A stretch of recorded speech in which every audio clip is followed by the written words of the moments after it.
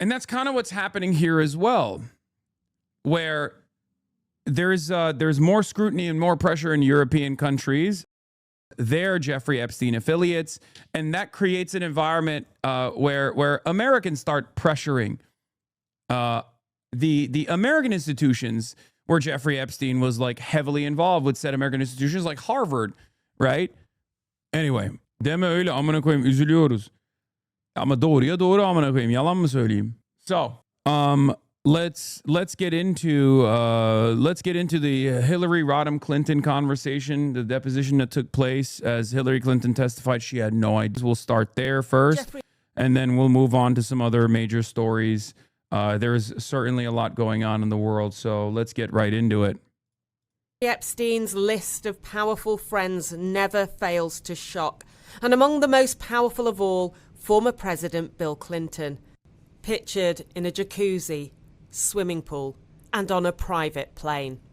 The Epstein files have no photographs of his wife Hillary Clinton with the billionaire pedophile. She does not think they ever met. But still, she was summoned first to take questions from US lawmakers investigating Epstein's crimes. The House Oversight Committee's Republican chair said there was no suggestion of wrongdoing by the Clintons, but he wanted answers about Epstein.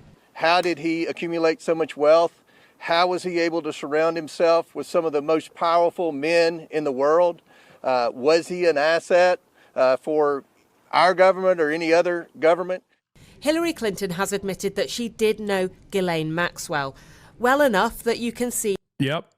Remember this? Remember this? I've talked about this a lot. Oh, man. It's like, it's crazy. They're playing my greatest hits over here for like the last decade, you know? These are some of my greatest hits over the last decade, and now it's on mainstream news. It's crazy. Larry Summers resigned. A lot of ops are falling left and right. Pretty solid. Here, she attended her daughter Chelsea's wedding. But she released an opening statement on social media saying she had no idea about Epstein's criminal activities, adding, "I never flew on his plane or visited his island." She said if this committee is serious about learning the truth, it should ask Donald Trump directly, under oath, about the tens of thousands of times he shows up in the Epstein files. How's it going? It would not waste time on fishing expeditions. Hell yeah. What is being held back, she asked. Who is being protected? And why the cover-up? The deposition took place behind closed doors, with video expected later. But it was briefly disrupted when this photograph from inside was leaked. Lobo took a sneak peek, a candid of Hillary Rodham Clinton, and then sent it to Benny Johnson. And then Benny Johnson watermarked the shit out of the photo and blasted it on the timeline. My God, we are run by animals. This is a country that is straight up on autopilot. There is no other way to approach it, okay? We have truly 10 IQ troglodytes in positions of profound power. Lauren Boebert is one of these people, okay? Absolute clown show. First of all, if you're going to do a sneak peek, you might as well record some of the most damaging parts that they might actually try to strike from the record. You know, if you're going to do this, if you're going to violate the rules, if you're going to violate the process, do it for something good. Like when they ask Hillary Clinton a question and her answer is off the record, you know, because that's something that happened with Les Wexner's deposition. Les Wexner was directly asked about Jeffrey Epstein's close relationship with Donald Trump, and they went off the record. To a conservative commentator. Speaking outside, committee Democrats said they were glad Hillary Clinton was taking questions, but agreed with her that there is a sense of a cover-up protecting others. If the most powerful people in the United States of America, the elite and rich and powerful men and women, are able to get away with these heinous crimes, then we are sending a horrible message to young people in this country that powerful people will always protect themselves and the rule of law does not apply to everyone. Questions are still being asked about Trump himself, who was once close to Epstein. The president says the files totally exonerate him, but there are reports that key material relating to a woman who made an accusation about the president could be missing. Lawmakers like Congressman Missing. Yeah, it needs more watermarks law. Yeah. The full photo is insane. Full shot of the Clinton Epstein testimony currently ongoing. What a psycho, dude. Like, this is insane. Calling Bill and Hillary was a mistake by the idiot Republicans. This just put the story back in the news. I know. I mean, it's not going away, man. It's not going away. Every other day, there's like anytime there's like a liberal institution that at least takes itself seriously enough, that applies some scrutiny to people that are mentioned in the Epstein files, it all of a sudden gets back into the news. It gets back into the forefront of the news. There's so much going on. It's such a target-rich environment of pedophilic elites that it's impossible not to keep this story in the headlines, right? Johnny Olszewski are trying to dig out information. He took up a Department of Justice offer to search the files without redactions and saw things blacked out that shouldn't have been. Clearly protecting those who were involved and accused of terrible things. And those are just the files that have been released. A Channel 4 News investigation suggests they could amount to only 2% of the total. The extent to which our government continues to withhold these documents is incredibly disturbing and makes me think that it really feels that this is a cover-up worse than Watergate, which was the seminal moment in American politics. And you say it's like Watergate. Is it going to bring down a president? Again, I think if the potential crimes and the potential activities that are hinted at are actually chased down and found to be true, it absolutely will bring down this president, as it should bring down any president. I think if it's tracked down and found to be true, it will bring down cabinet secretaries, it will bring down a Supreme Court justice, it will bring down members of Congress. And that's how it should be.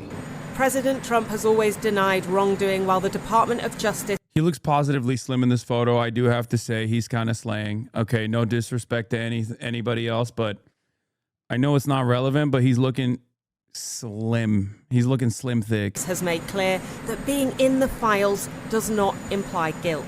There are no accusations against Bill Clinton, but his clear association with Jeffrey Epstein will be the subject of questions tomorrow as this scandal continues to unfold. Hillary and Bill Clinton are the first people to have been effectively forced to appear at a deposition, and you can hear in Hillary Clinton's statement that she has read out to lawmakers that she is absolutely furious about that. She thinks it is political. She has said to them, you've made little effort to call the people who show up most prominently. One billionaire businessman, Lex Wexner, was questioned. Republicans didn't even turn up. She's talked about spending her life devoted to, women and girls, talking about meeting girls as young as 12 forced into prostitution, calling it a global scourge with an unimaginable human toll. And she has argued that if this is really about the survivors, then all the Epstein files should be out there. I mentioned in the piece that there's been reporting here from the New York Times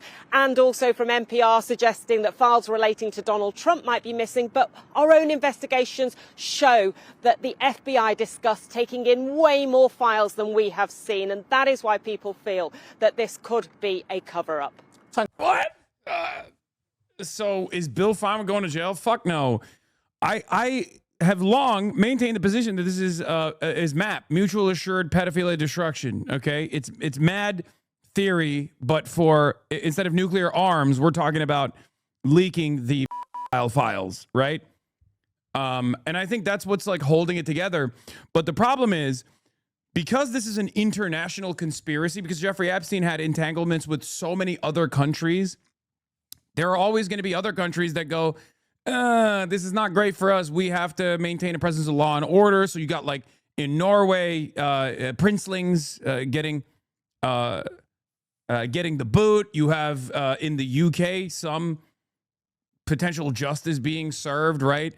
And when that happens, that applies pressure to the American government, okay? That applies pressure to the American institutions, because then people go, wait a minute, in the United Kingdom, they're actually going after their people. They're going after their Jeffrey Epstein affiliates. Why are we not doing that? This was a similar pressure applied in the issue of Israel, where in European capitals, you had people protesting against their government saying, like, why the fuck are we letting Israel do a genocide? Get out of here. Like, do something about this. And that was the reason why a lot of European leaders had to come out and release statements about, soft condemnations of Israel or offer some recognition to Palestinian statehood, conditional recognition to Palestinian statehood. But like, they were moving away from America on this issue, which is why Trump had to go in and be like, all right, we're going to do a fake ceasefire, right? And that's kind of what's happening here as well, where there's more scrutiny and more pressure in European countries towards their Jeffrey Epstein affiliates.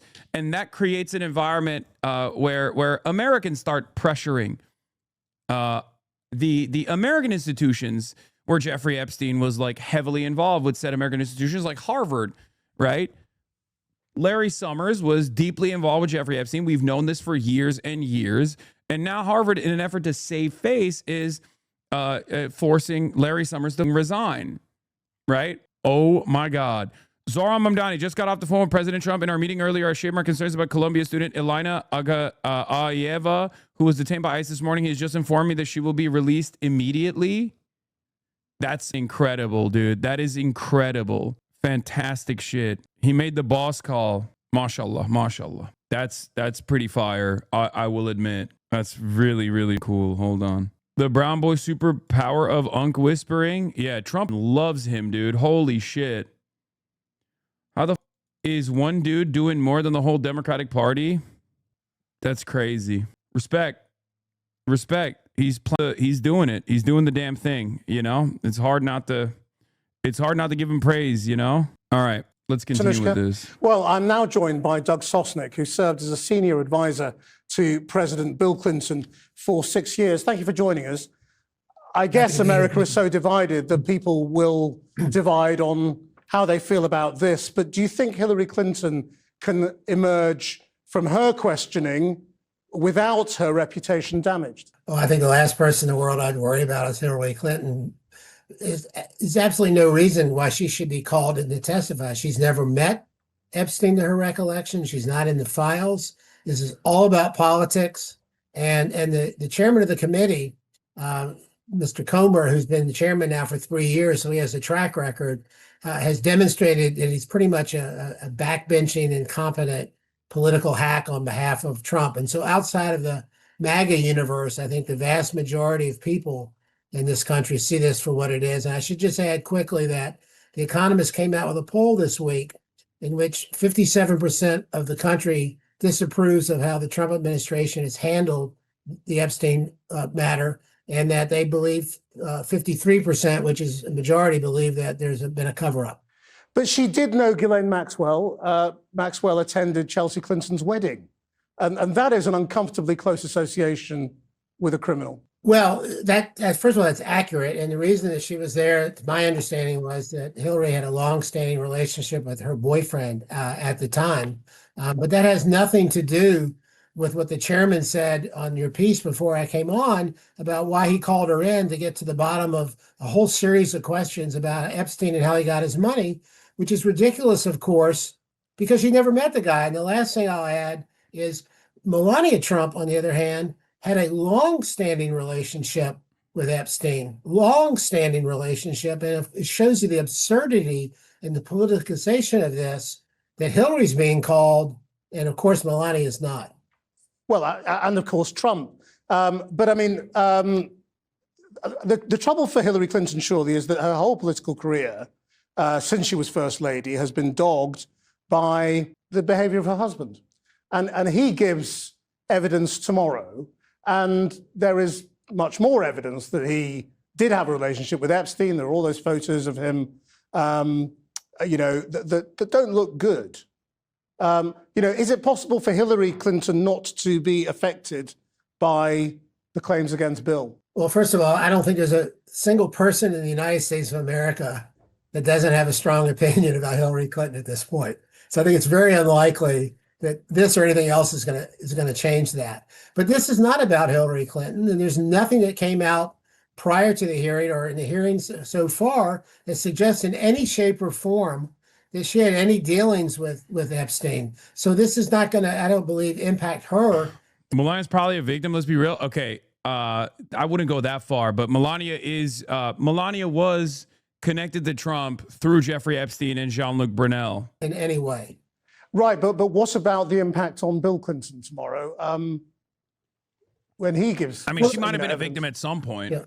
Well, that's a different matter. And again, I think most people have a pretty strong opinion one way or the other about Bill Clinton already. And I can just sit here and tell you a couple things. As someone who worked for 6 years for President Clinton, and my office for the last 3 of those years was actually next to the Oval Office, and I went on almost all of his trips for 4 years. I never saw once Epstein either at an event, calling in, never discussed it with him. So I know at least when I was there as president, that Epstein had no dealings with Clinton. The matters that have been brought to attention subsequent were after Clinton had left office. We're going to begin with this, though. We've got some major new developments in the fallout from those Epstein files. Former President Bill Clinton and Hillary Clinton are set to give depositions to Congress starting today in its probe of the Epstein files. There are also new questions this morning over allegations against President Trump and whether key documents involving his name and an accuser were withheld by the Department of Justice. There has also been an apology from billionaire Bill Gates over his association with Jeffrey Epstein. Nicole Killian is in Chappaqua, New York, where the Clintons will give their depositions. Nicole, good morning. This continues, the fallout continues, and we keep hearing there's more to come. We're also hearing that another member of the global elite has become the latest casualty of the Epstein files. What's this one about? Yeah, that's right, Gail, and good morning to you. We are learning that the CEO of the Davos Forum has resigned, the latest member of the global elite to face consequences for ties to Jeffrey Epstein. Meantime, here in the U.S., the Clintons are set to appear behind closed doors for taped depositions after being threatened with contempt of Congress. Images in the Epstein files show powerful men like President Trump, former President Bill Clinton, and Microsoft co-founder Bill Gates in undated photos with women. All three adamantly deny any criminal wrongdoing and have not been charged in connection with Jeffrey Epstein. Every minute I spent with him, I regret and I apologize that I did that. The Microsoft mogul apologized to the Gates Foundation staff Tuesday and admitted to having extramarital affairs with 2 Russian women, but added, "I did nothing illicit," in a recording obtained by the Wall Street Journal. In 2 2013 emails with the subject line "Bill" that Jeffrey Epstein appears to have sent himself. Yeah, I saw this photo. It's fucking awesome. I had a productive meeting with President Trump this afternoon. I'm looking forward to building more housing in New York City. Ford to city, drop dead. Vows he'll veto any bailout. Trump to city, let's build. Backs new era of housing. Trump delivers 12,000 plus homes, most since 1973. He's so... Dude. Zohran Mamdani is exactly the person that Trump would love to win favor with. Remember when I told you that Donald Trump's greatest anger and resentment towards elite liberals stems from the fact that New York elite society, the intelligentsia, the artists, and the old money benefactors of all of these different artistic initiatives in the city of New York never recognized the Trump family as a part of the elite. The socialites never actually wanted to hang out with him. They always considered him to be crude and brash, of poor taste, nouveau riche. That's where a lot of his anger comes from. Zohran Mamdani, on the other hand, did something that Barack Obama never did, which is just kind of talk to him normally. Because Zohran is a person who was welcomed by the cultural elite very quickly. I mean, it makes sense. He's a well-dressed guy. He's well-spoken. He comes from that background. His father is a fucking academic. His mother is a very famous movie director, right? So he is very clearly a part of that movement. Okay, He's very clearly a part of this group that Donald Trump desperately wants to win favors with. And I think a part of the reason why Donald Trump is fascinated with Zoran seemingly is because Zoran Hamdani is I guess not as like repulsed by him. Like he has a way of communicating with him that because he has to fucking play ball because Trump is the president. He has a way of communicating with him in this charming manner that isn't like it isn't like outwardly repulsed. I think Donald Trump just responds this way to whatever he's doing and offers him whatever he wants. A real hog whisperer, if you will. Not hostile, but also not submissive. Yes. Not like overtly hostile. The same shit Putin does to him, manipulation. Yeah. You never get something for free from Trump. I think part of the reason why he's doing it is because he wants to lean into affordability. He recognizes it's an area that is really devastating for him. What he doesn't realize is that giving Zoran whatever Zoran wants in terms of like affordability is going to give him like a little boost in the press, but it's also going to cause resentment amongst his base. He's going to be like, oh, so you're building housing in fucking New York? Why won't you do that in Missouri? But I don't think Donald Trump gives a shit about that right now. I think he's like so desperate to get some positive coverage, or so desperate to associate himself with like actual affordability initiatives that he will do stuff like this. All over, the reports just got dropped by the Perfect Union that they wouldn't let him into the Bohemian Club either. Hence why people believe this anger about the draining of the swamp because it's genuine. He couldn't get into these elite spaces. I've said this for fucking years. I recognized this when Donald Trump came out with that famous tweet talking about Sissy, Graydon Carter not having cool Vanity Fair parties anymore. No man that runs around talking about the Sissy, Graydon Carter's Vanity Fair parties is a man that is from the heartland, that cares about like the average fucking working class American, the average American reactionary living in the Rust Belt. Okay? I've been saying this for years. He always wanted to be welcomed into elite society, and his resentment towards the cultural elite that happened to be liberal or even more radical than liberal comes from the fact that these elite circles never welcomed him because they thought he was like rude and a disgusting slumlord. Okay, that's it. So there are a multitude of different factors here. Obviously, one of them is that he wants to be associated with like doing something in terms of affordability in the realm of housing. But the other reason is because Zoran is welcomed by those forces. I mean, you've seen it. Like he goes to like the he's the mayor of New York City. Trump obviously cares about New York City. He also hangs out with these like cool celebrities and shit. You know what I mean? And it's also additionally ironic that his only fucking experience with the New York cultural elite is currently making him incredibly unpopular, because his only entry point into the New York cultural elite was through Mar-a-Lago, through Jeffrey Epstein. And now that affiliation and that association is being called into question anyway. So he doesn't even have the cool factor in that regard, right? So he's cooked. And that's what's going on here. Is a W because it's proof that local organizing can achieve results no matter who the big boss is? Yeah. We'll look at the more perfect union, because that's a friend of the show, Daniel Boguslaw's reporting, investigative reporter, formerly of The Intercept and Rolling Stone, that did a Bohemian Grove conspiracy theory video with More Perfect Union. It landed in More Perfect Union as opposed to The Intercept. Apparently, I'm almost certain that he actually did the investigation initially for The Intercept and it got thwarted there.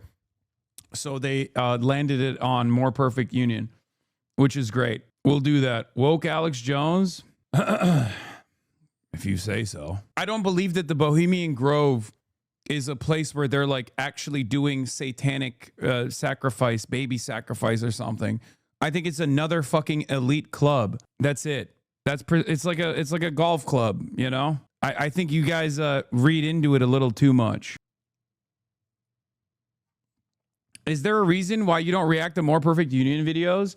No, I just I'm doing hard, regular hard news coverage and commentary, and More Perfect Union is brilliant. They're fantastic.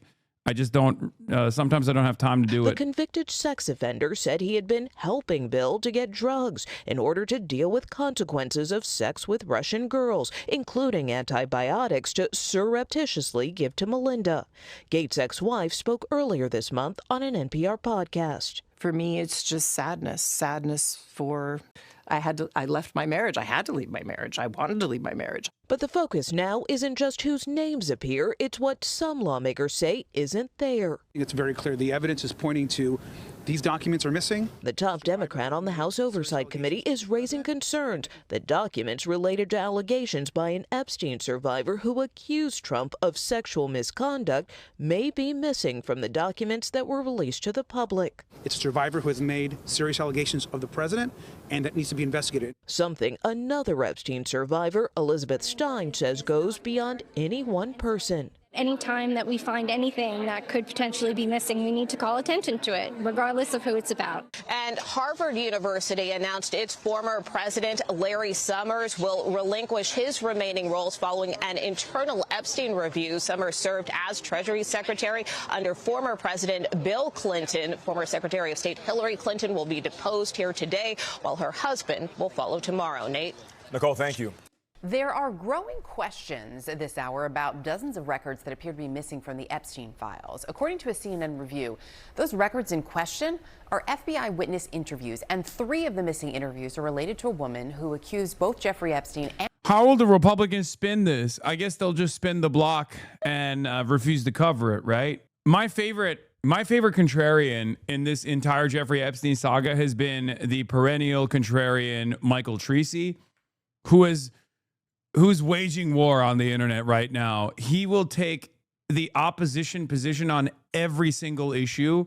And it's awesome that he straight up is like, we need to defend the pedophilic cabal. Like, we need to defend the pedophilic billionaires. He's been he's been aggressively attacking the victims, saying that they're all like harlots and liars and all this stuff. When they got defenders like Mike Tracy, where's there to worry about? Howard Lutnick confirmed visitor to Epstein's pedophile island showed up to the State of the Union, all smiles, zero shame. And also, I think Howard Lutnick shook Chuck Schumer's hand, too, at some point. Oh, there it is. It's a big club, and you ain't in it is so real, except you don't want to be a part of this big club anyway, right? And President Trump of sexually assaulting her... Unless you're fucking Nick Fuentes or one of these losers who's now saying, like, well, Jeffrey Epstein was kind of based, actually. Unless you're a groyper. The top Democrat on the Oversight Committee is among those expressing concern. I went to the DOJ file search room yesterday to look for these documents that are in the manifest document, and they should be in there, and they're not there. These documents relate to a survivor that has made serious allegations about the president. What's important now is that the DOJ explain to us why were those documents removed. CNN's Kara Scannell joins us now. So, Kara, what more do we know about the specifics of these documents? Well, Erica, the CNN investigative team have taken a look into these records, and they found that there are dozens of files that are missing. And the way that they were able to do this is they looked at the serial numbers that were on an evidence log provided to Epstein's accomplice, Ghislaine Maxwell. And looking at those serial numbers, discovered that there were dozens of them missing. I mean, these all relate to 302s. That's the FBI form for witness interviews. And there are 325 included on that list, but there are 90 of them missing. And within those 90 that are missing includes 3 from a woman who said that she was sexually assaulted by Jeffrey Epstein going back to when she was as young as 13 years old. And she also made an allegation that she was sexually assaulted by Donald Trump in the 19... By the way, whenever they say young woman, it blows my fucking mind because the victim is like barely a baby. Like the victim is a baby, okay? He's a child. Like 13-year-old is not a fucking young woman, okay? 13-year-old's a little girl. Like, holy shit. Like, we're not even talking about a minor who's like 17 when they already do, they already say young woman when they're talking about a 17-year-old. And it's like, okay, well, you're very liberal in your use of the language here because that's still a fucking teenager. That's still a child. That's still a minor. But you're now talking about like a 13-year-old and you're like, oh, young woman. Like, that's insane. We're talking about like barely barely out of being a fucking preteen. Like, what are we talking about? 1980s. Now, we went to the White House with this. They said that these are false allegations and it's just sensationalist. The Justice Department have not deleted any documents, and that they said that if there are documents that are not on the public website, that's either because they were duplicates, privileged, or part of an ongoing investigation. We have seen with the release of these records on the public website that sometimes documents are there, they're taken down, then they're put back up. It's unclear if there is any process that is underway related to these specific documents and these allegations against Donald Trump. Donald Trump, though, has not been accused of any wrongdoing. He's not been investigated for any wrongdoing. And it's unclear what happened to these specific allegations by this woman who spoke with investigators in 2019. There was another record in the files, a summary from the FBI about a number of these salacious allegations, and it said that one person claimed abuse by Trump but refused to cooperate. So if that is that same person, it could be that they just reached a dead end. But of course, Democrats are calling foul, as they have repeatedly, about the Justice Department's process of publicizing the records that are required under the law and redactions that they have taken. Hours after this story broke today, the Justice Department responded to questions of where these documents are, saying, as with all documents flagged by the public, the department is currently reviewing files within that category of production. Should any document be found to have been improperly tagged in the review process and is responsive to the act, meaning the law that forced them to publish all of this, the department will, of course, publish it consistent with that law. My source tonight is California Congressman Dave Min, who is a Democrat on the House Oversight Committee. And thank you for being here. When you hear that response from the Justice Department, do you believe that's sufficient? Thanks so much for having me, Caitlin. And the answer is no, it's not. They are not responding to the law. And at this point, I think it appears clearer and clearer every day that they are knowingly violating and willfully violating the law that we passed, that Donald Trump signed into law, requiring them to turn over every responsive document. And I want to be clear, just to clarify two things that I think you alluded to. One, Donald Trump is accused of sexually assaulting a child in those memos that you mentioned. Two, that it's not just a few dozen documents that are not being turned over. Fully half of the documents that we're aware of, some 3 million documents, have not been turned over by the DOJ. They claim they fully responded, and yet we've found over and over again, and I can tell you that oversight Democratic staff have confirmed what you have found, that these documents are missing. They were not turned over, even though they were very clearly responsive to the questions that we asked. And this appears to be part of a very broad cover-up. And you may remember back to last May when Pam Bondi reportedly told Donald Trump he was in the Epstein files. After that, there were a lot of reports that DOJ attorneys were being asked to go redact documents, to hide documents, to remove documents from the files that had Donald Trump's name. So we're definitely continuing to look at this, but it appears that the DOJ is willfully violating the law. Yeah, and of course, an interview or a witness statement, it doesn't mean that it happened. I mean, you can read through these documents, There's a lot in there. But in terms of what should be published in accordance with the law that you passed, and these haven't been, I mean, do you believe that they're intentionally breaking that law, or do you think it's because, which is what we've heard from DOJ, they had so much to publish, it was such a compressor? Yeah. And so just to give you a quick heads up on my background, I was a federal enforcement attorney to start my career at the SEC. I have spent many, many hours doing this type of document review and management and looking things through. And at this point, I do not believe that this is just a delay in turning the documents over. The fact that so many Donald Trump related documents have not been turned over, that his name's been repeatedly redacted, matches a lot of the reports that we heard that they were trying to cover this up. And at this point, I think, look, the chat has come to the consensus that she mogs him. I mean, Caitlyn mogs most. Let's be real. Like, she holds frame. She's frame mogging everybody. She's brow maxing. It's not even a question. Everybody's entitled. She is the mog queen, Queen Mog. Donald Trump, Elon Musk, Les Wexner, anybody else. But the fact is that everything here looks like the DOJ is, again, under the direction of Pam Bondi, the AG, willfully trying to hide a lot of what's happening right now. Starting us off, Republican member of the House Oversight Committee, Congresswoman Anna Paulina. Just psycho. Okay, let's hear from Lena, this psychopath. Congressman, thank you for joining me this evening. I mean, you have heard likely the Department of Justice saying that they are looking into whether the files mentioning President Trump were improperly removed. Do you trust them to be transparent in that inquiry? I have followed up on a number of occasions similar, and they have been very forthcoming. I've actually talked directly to Todd Blanche, and so I will personally be ensuring that that's followed through on. But I would like to also state that I think that the files that we have currently under this administration are likely not the full files. I do believe that some were destroyed previously. And I say that because in January of last year, when I was the only member of Congress that was pushing for the release of these files, we actually had a whistleblower come forward. I actually introduced legislation because of that. I even forwarded this finding to the FBI for investigation that there was destruction of evidence. And so it'll probably require a longer segment, but I will say that there have been redactions that we've come across. I've looked at the files for a number of hours. Whenever we flag those files, they are immediately then unredacted. But there has, and it does seem to be kind of an internal war going on even at the Department of Justice, where they have the order, and then you have some of the attorneys that have been in charge of the redactions. And so we're doing everything that we can to deliver on transparency. But as you can see, Epstein and his involved network is quite extensive and involves a lot of people. Well, Congresswoman, that does not really inspire confidence if you believe files have been destroyed, that transparency is not complete, if it's not been thorough.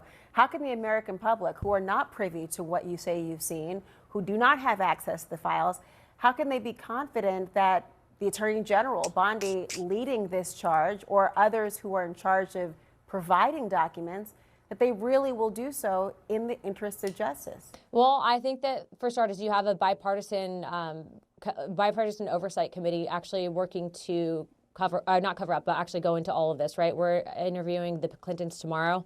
But to be clear, I mean, the destruction of evidence occurred under previous administrations, and that in itself, if you look at the network that was involved with Jeffrey Epstein, I mean, to think that there aren't shady things happening in your government, I think would just be a lie to the American people. The fact is that we did have someone come forward. They did say that there was destruction of evidence under the former deputy director of the FBI. And even if you're looking at the original plea deals that Jeffrey Epstein was given, you know, when he was first charged and then also more recently when he then committed suicide in New York, I mean, he should have never gotten off. He should have never had his sentences dropped down to the way that he did. And there are marks of intelligence surrounding this as well, or, you know, our own. But I don't think that we're ever going to get the full picture. And so I think that when you're talking about the story as a whole, these things, we try to be transparent. I'm telling the American people directly on my social media is what I'm finding out as we learn them. But I think the Jeffrey Epstein case in itself will kind of go down in history as one of those things that we might not fully ever get the answers on. A document from the Epstein files shows the real solution here is to have an independent committee, an independent prosecutor investigate the DOJ, because it's obvious that, like, if the cover-up is being conducted by the Department of Justice, then the Department of Justice cannot investigate its own fucking cover-up. The problem also with an independent commission would still, an independent commission could still be redirected in a subsequent cover-up of the cover-up investigation, especially when we're talking about someone who is as compromised and as deeply entangled with not only the CIA, but also with Mossad. And that's it. That is the real reason. This person did not get this level of access into the American intelligence agencies, while also simultaneously keeping a close relationship with foreign intelligence agencies, and also being a fixer and a sex trafficker and a partier and a networker amongst, like, the American or the international elite, basically, and was able to do this for years and years and years, and then not have that lead to any sort of scrutiny whatsoever. It's like they're all in on it. They're all in on it. I hope all of you in this chat contract a very rare disease and die, or legalize lobotomies for the mentally ill. Are you a Jeffrey Epstein defender? Are you an Epstein truther? Very strange time to come in to say, because this is supposed to be like a unifying message for everybody, right? Like, regardless of how right-wing you might be. I mean, you're about to lose your account. That's definitely like a site-wide ban, but I hope before Twitch kicks you off the platform for saying this, you can answer my question. Are you a stan of Jeffrey Epstein? Like, what's going on? You're a Epstein guy?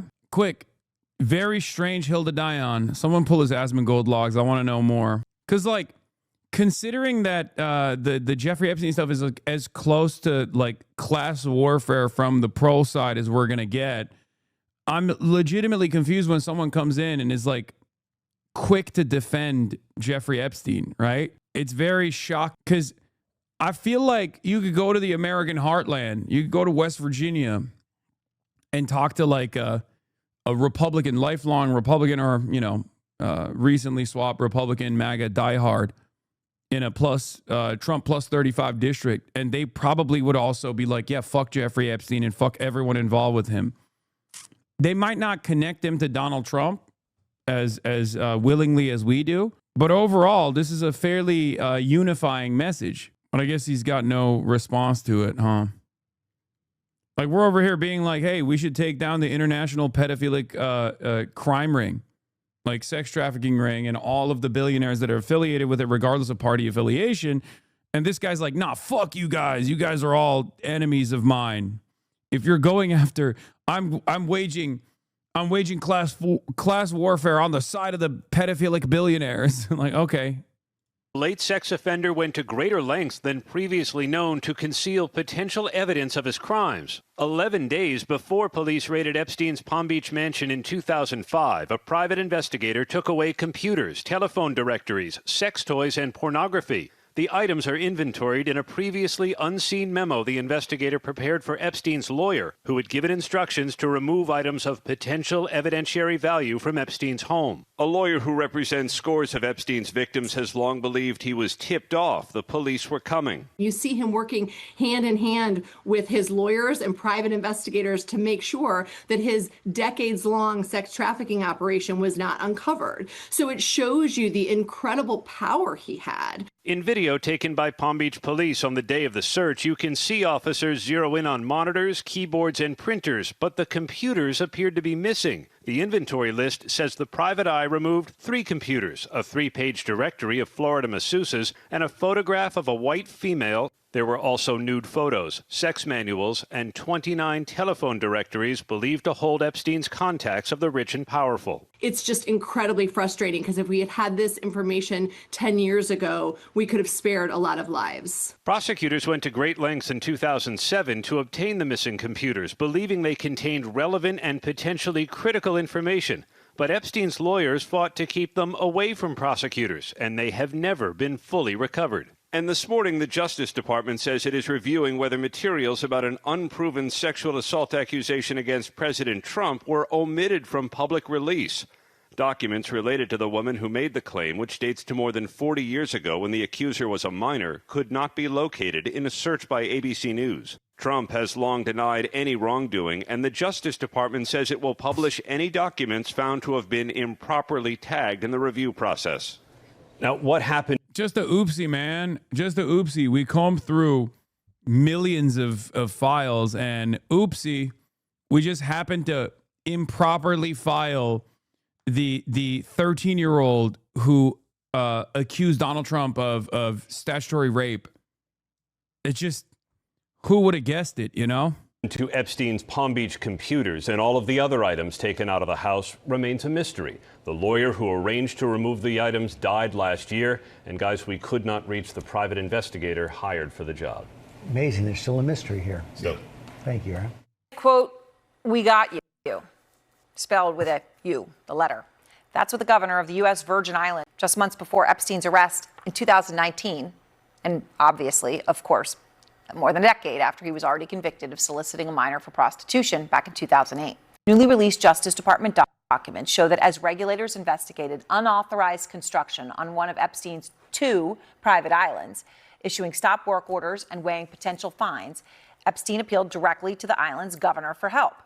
Text messages uncovered by K-Files show Governor Albert Bryan Jr. telling Epstein he had asked one of the regulators to, quote, hold everything until speaking with him, and later sought the recusal of the commissioner overseeing the dispute. K-Files' Andrew Kaczynski joins me now. And, you know, Andrew, this is so important as we get to the heart of Jeffrey Epstein and how he had the power and money that he had and how he wielded it, and this entire circle. So this gets to the influence and how he wielded it. What do these messages reveal? Yeah, and you hit it right there. These messages, they offer a rare window into how Epstein operated in the U.S. Virgin Islands, where he leveraged his wealth, business footprint, and promises of investment to try to influence local officials. Now, I want to give people a little background here. Epstein had deep roots in the Virgin Islands. He bought his private island, Little St. James, in the 1990s. He later expanded. You can see them both there. He later expanded his footprint in 2016 and purchased neighboring Great St. James. And the permits show that he had plans to build docks, roads, residencies, and other development. And this is where these texts with the governor come into play. Now, by December 2018, regulators were scrutinizing construction on Great St. James. The Virginian Islands Department of Planning and Natural Resources had issued a stop work order and began reviewing potential violations. Epstein then reaches out directly to then the newly elected governor, Democrat Albert Bryan Jr. Look at this exchange between the two. Epstein complained about potential fines, and Bryan said he spoke to John Pierre Orell, that is the commissioner of the department, who they're calling JP in these texts, and he asked him, Bryan said he had asked him to, quote, hold everything until he and the attorney spoke to me. Later, Epstein complains that the same commissioner, JP, was, quote, going after me in the press, to which Bryan responded that he had asked the commissioner to recuse himself. And then in another subsequent message, Bryan wrote, I asked him to recuse himself and concede on all previous permit requests. Now, the documents don't show what. I mean, this is the beginning, which obviously led to so much further scrutiny that there was like a legal case against the islands. So it's not, this is stuff that isn't even new information, really. Like, this is stuff that we know about because there was a separate court case against the Virgin Islands already. They've been, they were, like, Jeffrey Epstein was basically running the show over there. It's pretty fucked up. I guess it doesn't hurt that there's like even more confirmation now in the public eye, but this is something that we've covered before. Ultimately change. But what they do show is this. There was an active regulatory dispute. Epstein was communicating directly with the governor of the territory, and the governor was telling him that he was intervening on his behalf. Later, when Bryan... If you were to speculate when in his life do you think Epstein was tapped and recruited by intelligence, I think like right before the Iran-Contra affair, like right when he got into Bear Stearns the first time. Like, I don't know exactly what point in his life where his career changed so dramatically, but I think it was fairly early on, because he went from working under Bill Barr's dad at a New York school as like a math teacher in the Dalton school to being on the floor at Bear Stearns. And at that point, and that was Bill Barr's dad who gave him the job at the Dalton school, for the record. Bill Barr, the attorney general under Trump, like, when Jeffrey Epstein was killed in prison, under the watchful gaze of Bill Barr, there was there were connections between Bill Barr and Jeffrey Epstein far before then. Bill Barr's dad was Jeffrey Epstein's boss, the principal at the Dalton School in New York. Was asked under oath in a 2023 deposition whether he had received Epstein received any special favors or treatment from him. He answered repeatedly and simply no. All right, Andrew, obviously your reporting is very illuminating on that front, and also shows this is not just a few text messages, okay? So when, again, we get to power and how he was wielding it. 3 months worth of text messages. 3 months January, and they end in June, and obviously Epstein is then arrested in July. The detained Columbia student posted that she's free. She follows you on IG. Let me see if we can reach out to her and talk to her about what happened. L. Harvey? What is it? E-L-L? Harvey E? Oh, yeah, she does. All right. Didn't Zoran finesse to get her out? Yeah. This is a Columbia student with 106,000 followers, as a matter of fact, that was apprehended. On Wednesday, almost a year after DHS agents took Mahmoud Khalil from his residency, Columbia students rallied on campus to demand the school protect them from ICE. Hours later, DHS took another student from a Columbia residential building. And Eli Agayeva, the Columbia student detained by ICE this morning, has been released and just posted this on our Instagram. Comes after New York City Mayor Zohran Mamdani expresses concern on the arrest to Donald Trump in a meeting just earlier. She said, "Hi guys, I am so grateful for every one of you. I just got out a little while ago. I'm safe and okay. I'm in an Uber on the way back home. I'm so sorry, but I'm in complete shock over what happened, and my phone is blowing up with calls from reporters. Need a little bit of time to process everything, but I will come back soon. But please don't worry. I love you all." She's Azeri, right? Yeah, Almina Ayeva. They got a dame influencer. Yeah, I mean, that's probably part of the reason why. She probably was on some lists. If you attract any attention whatsoever to like any of these like Canary Mission style operations, the DHS will come and grab you. It's very clear and it's fucking insane. Yes, this is the Columbia student that was nabbed on Wednesday. Okay? Fucking insane. So Jeffrey Epstein is what from what? Okay.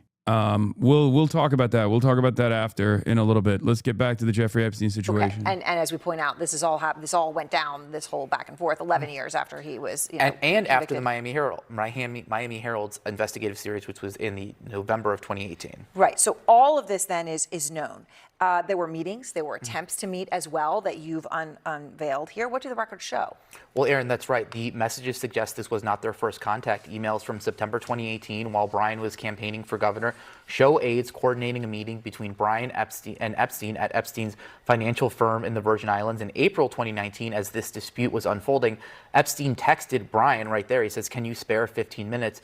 To which Brian replied, "For you, absolutely." Epstein and Brian then coordinated the meeting. It would appear to be the office of Epstein's longtime Virgin Islands tax attorney. There are also emails referencing additional meetings and phone calls, including, again, outreach through his longtime Virgin Islands attorney. So the documents show an ongoing line of communication, both during Brian's campaign and later as Epstein was dealing with the regulators. Now, we reached out to Brian and his spokespeople many, many times over the past 5 days, and we did not hear back from any of them. All right. And of course, you'll let us know if you do. It is amazing, though, all of this every day, new information coming out, digging through these files. And I say that in the context of, we're weeks past the stuff coming out. We're getting more every day, even so. And Ro Khanna said on this show last night that we only have, he said, half of the documents that are out there, and the half we don't have, he says, is the bad half. Think about that. Breaking news regarding those apparent missing Epstein files related to President Trump. I want to bring in CNN correspondent Kara Scannell. Kara, you just got this update from the Justice Department. What are they saying? Yeah, Casey, as you remember, CNN and other news outlets had reported that there appeared to be about 90 302s. Those are the FBI interviews with witness reports missing from the Epstein files that are publicly available, all coming from a privilege log that was turned over to Epstein's accomplice, Ghislaine Maxwell's attorneys. 3 of those 302s that appear to be missing relate to a woman who claimed that she was sexually assaulted by Jeffrey Epstein and said that she was sexually assaulted by Donald Trump in the 1980s. Initially, DOJ said that the documents were either not posted because they were duplicative, they were privileged, or they were part of an ongoing investigation. We just got a new statement from the Justice Department where they say, as the Department of Justice has consistently said and has done since the January 30th, 2026 publication of the Epstein files, if any member of the public, including victims, reported concerns with information in the pages, the department would review, make any corrections, and republish online. Several individuals and news outlets have recently flagged files related to documents produced in discovery of her criminal case that they claim appear to be missing. As with all documents that have been flagged by the public, the department is currently reviewing files within that category of the production. Should any document be found to have been improperly tagged in the review process and is responsive to the act, the department will, of course, publish it consistent with the law. So now DOJ saying it is going to review this trial. I got some negative videos on YouTube feed by this creator, HasanAbi, but on Twitter, he supports you, Lamau.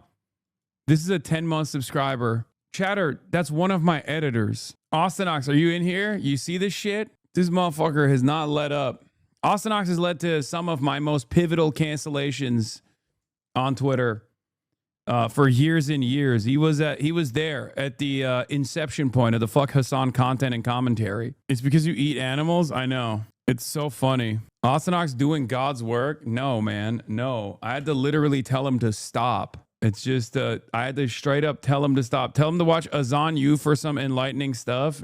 I had to literally be like, bro, you don't understand. Like, people can't recognize when you're joking. They use it. Like, all my fucking ops are using the shit that you're, like, the shit that this community is memeing on to destroy my life. Bunch of records that CNN and others have been able to identify based on the serial number, so it shouldn't be difficult for them to locate them in theory, and said that they will review them and then publish them if it is complying with the act. So we will wait to see what hits those public records in the next couple hours and days. Casey. All right, fair enough. Kara Scannell, thanks very much for that reporting.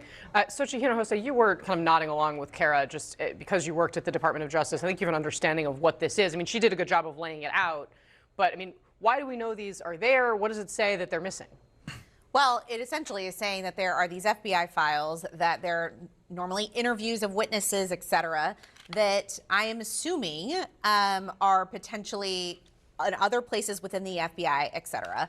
What I will say is that this entire thing and the fact that there have been the missing of these documents just shows how the Justice Department was not prepared to do this and why the Justice Department usually does not put out their case files. For the reason that case files live everywhere. They don't just live at the FBI. They're at the U.S. Attorney's Office, multiple U.S. Attorney's Offices, National Security Division, DEA, I mean, all of these places. And so when you say, I want every file on X issue, what ends up happening is that you are trusting all of these entities to come together and to give you those files. Yes, things will be missing. There are people in the National Security Division that are looking through each one of these files. There is human error. There are things like that. So what you're seeing right now, what we've seen over the last few weeks, is sort of this chaos and what happens because the Justice Department normally does not do this. Yeah, but in this case, I mean, the reason, my understanding of our reporting is that this was a manifest that was given to Ghislaine Maxwell's attorney. So they should have known that it existed. Yes, and they should have known. You're exactly right. I think that there will be questions about why was it missing, who left it out, why was it at some point taken out of the original tranche, and where did it originate from in the first place? So yes, there are those questions, but it also goes to show you that there isn't someone in there looking at each of these files to figure out whether or not that they've made public they're in compliance with the law. And also in every one of these instances, I will say, how long have we been talking about this? If they would have released all of these files at once when they were supposed to be released, we wouldn't be talking about this past January. Should there have been a special master? That's not true. I think there should have been an independent person. No, you wish. Oh yeah, it's really tough to release all of these files at once. There's of course going to be a lot of duplicates, and each individual agency is redacting different aspects of it. But also, if we were to release them all at once, everyone would have stopped talking about it. That's bullshit. Okay? That's bullshit. It probably would have softened the blow a little bit, or it would have made the pain worse initially. Okay? It would have made the pain worse initially. There would have been a lot of conversations about it, but then slowly but surely people would go through the files and would most likely come to the same conclusions that people are coming to right now in real time, because the incidents took place, the crimes took place, the connections are still very real, and the people that were deeply connected to Jeffrey Epstein are still very much a part of elite society. Okay? So I think people's resentment, people's animosity, people's anger would not have gone away. Did the Trump administration, with their slow rolling of the documentation, with their heavy redactions, actually make it worse? Sure. But the idea that you can chalk this up to, like disorganization, and that's the reason why there's a bigger story here, is bullshit. When like there still would have been a lot of attention on this stuff. There was a lot of attention on this stuff before the documents were released. Right, that sort of dealt with this. Yes, an independent person who could have dealt with this. Chuck, I want to go back to the point you were making before the break, which is this idea of the Epstein class, because, I mean, that really is the thing that has stuck out to me as we have learned more and more about this. Something that started in the realm where everybody wanted to call it a conspiracy theory, right? Both Democrats and Republicans that I talked to in this town would say that it was a conspiracy theory. There were people in the MAGA base for President Trump that really wanted these files out. His vice president was one of the loudest. And they still do. This is the one area where the base is at odds with the administration. And that's precisely the reason why the administration had to lean into it and reveal it. And of course, because they're so fucking incompetent, when they inevitably gave in, when they inevitably caved, they did not realize that the reaction would continue. They did not realize that the scrutiny would only increase. And And here we are. I mean, it's not going to go away. This is why I kept saying over and over again, this story is not fucking going away. Because if you recall initially,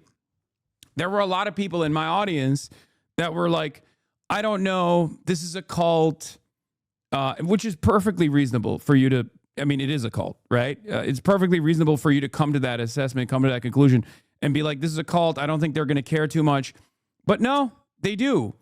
They do. It is the purest expression of class warfare that, like, it is the purest, like, it's the closest that I think us Americans have ever arrived at, like an understanding of class. Because this is the maximum worst possible thing that billionaires can do and get away with. And they clearly got away with it. So no matter how right-wing you are, no matter how much you believe that, like, you know, billionaires are actually trying to do well and trying to do right by everybody, and it's an aspirational goal. No one is thinking it's an aspirational goal to be a part of an international sex trafficking of minors ring, right? And that's it. So no matter how much these guys like suck up to the super wealthy and say they're jobs creators and cope and whatever, ultimately, they don't, like, with the exception of a couple incels and groypers and people like that, most people look at the situation and go, this is gross, this is disgusting, we need truth. We don't care if it actually ends up harming people on our side of the political spectrum. Voices on this, and they come into office. They're somehow, you know, not interested. You know, the president is literally calling members of Congress into the Situation Room to convince them not to vote for a law that will ultimately release these files. Then we get the files, and it turns out that everybody that said these files showed something that really stank were right. They were all right. And for the president of the United States and his base, who are still saying that this is a problem for them, like, how does he keep going the way he's going in his like, regardless of whether or not he ever actually did anything wrong, right? We're not saying we saw something that's in the files that says Donald Trump, you know, committed a crime, et cetera, et cetera. To Scott's point, there's, you know, whistleblowing in there. But for his base that is saying, give us the Epstein class, and he doesn't, what problem does that create for him? Well, I think it does create some problem with some parts of his base when they feel let down about another issue. It's just sort of like, you know, over time that chips away. It becomes a trust thing. But, you know, let me also step back. There was a lot of people that believed, you know, a lot of strange things about Epstein. And so the craziest conspiracies have proven not to be true. But that doesn't mean what was done was not bad, right? Really? Is that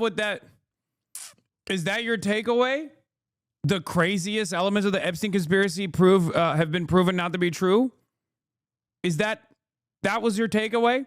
What are some of the craziest? Like, I don't know, eating babies? Sure. Okay. Some people believe that, like, Tom Hanks was eating children. Okay. That's not true. Fine. But that's a very vague generalization here.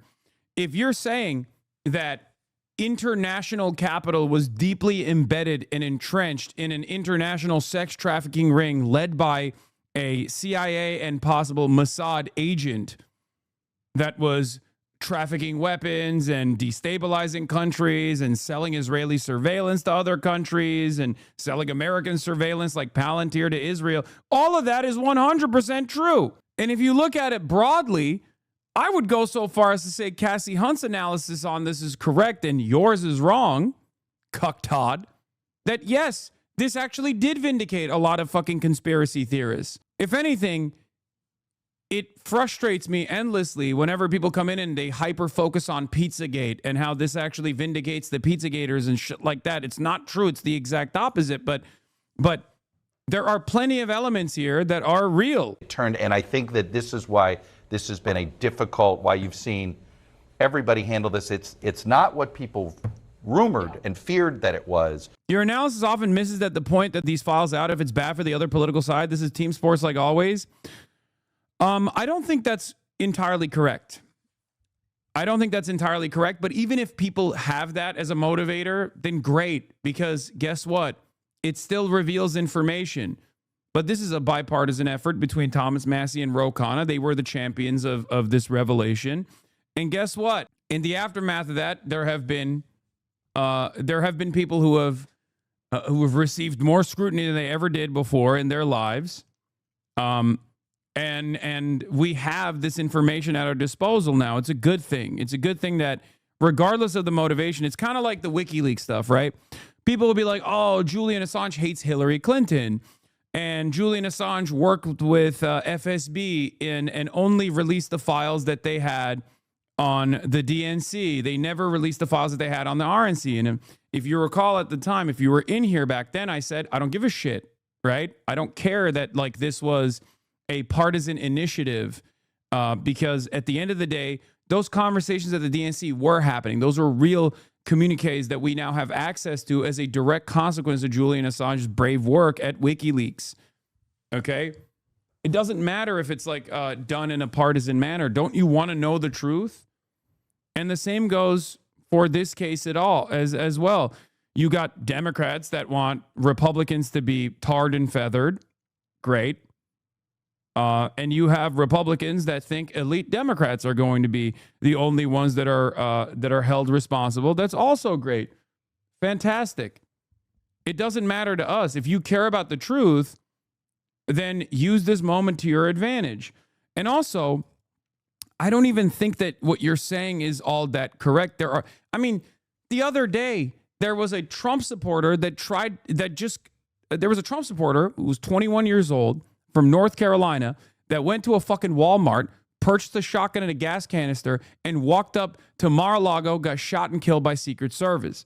That's a Trump supporter. Now, obviously, I'm not urging people to do that. That would be fucking insane. But what I'm trying to say is a Trump supporter did see that and clearly didn't have that partisan approach, okay? There are a lot more Trump supporters. There are a lot more Trump supporters out there, I think, that see this as a bipartisan incident. And that reflects the data as well, for the record. Here it is. Americans believe the Epstein files shows that the powerful get a pass. Reuters Ipsos poll finds among all adults, 69% strongly agree that the Jeffrey Epstein files show that powerful people are rarely held accountable. This is why I said this is the purest expression of class, purest expression of class you can ever arrive at, where you have somewhat agree at 17%, strongly agree at 69%, and disagree at 11%. Do you understand what that is?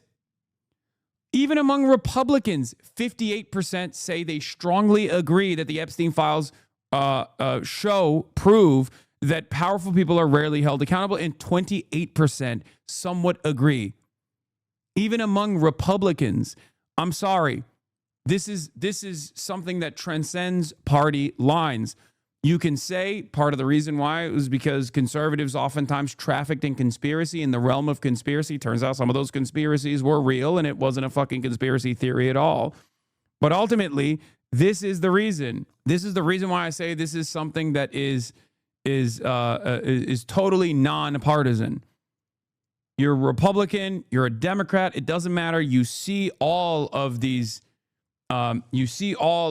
super wealthy people running around and playing patty cakes with Jeffrey Epstein, and it's impossible for you not to recognize that there's something beyond partisan affiliation here at play. It's a class issue. The files have lowered my trust in political and business leaders is another important one, where 53% of all adults say strongly agree and 24% somewhat agree. Amongst Republicans, 33% say they strongly agree that the Epstein files have lowered their trust in political and business leaders, and 35% say they somewhat agree that the Epstein files revelations have lowered their trust in political and business leaders. That's huge. Okay? The hardest part of this would be to decouple the MAGA base from Trump directly by consistently hammering on the point that Donald Trump was a primary recipient, was a primary co-conspirator, was a friend to Jeffrey Epstein. They don't want to see that reality, and that's fine. As long as, it's not fine, but like you work with what you have, right? This is why I kept saying over and over again that this is, one, not going to fucking go away regardless of what you think, and two, that this is a unique opportunity to actually keep hammering on the point that this is an issue that transcends partisan lines and this is a class issue. How do you think the powerful are unaccountable but not have that fact lower your trust? You think that there are some business elites that you still believe are trustworthy, I guess, that you think are not embroiled in controversy. Embroiled? Sorry, I accidentally said embroiled. Epstein is to America what Littlefinger is to King's Landing? Sure. I'm ESL, benevolent. I'm ESL. What's Nick Shirley's fucking excuse?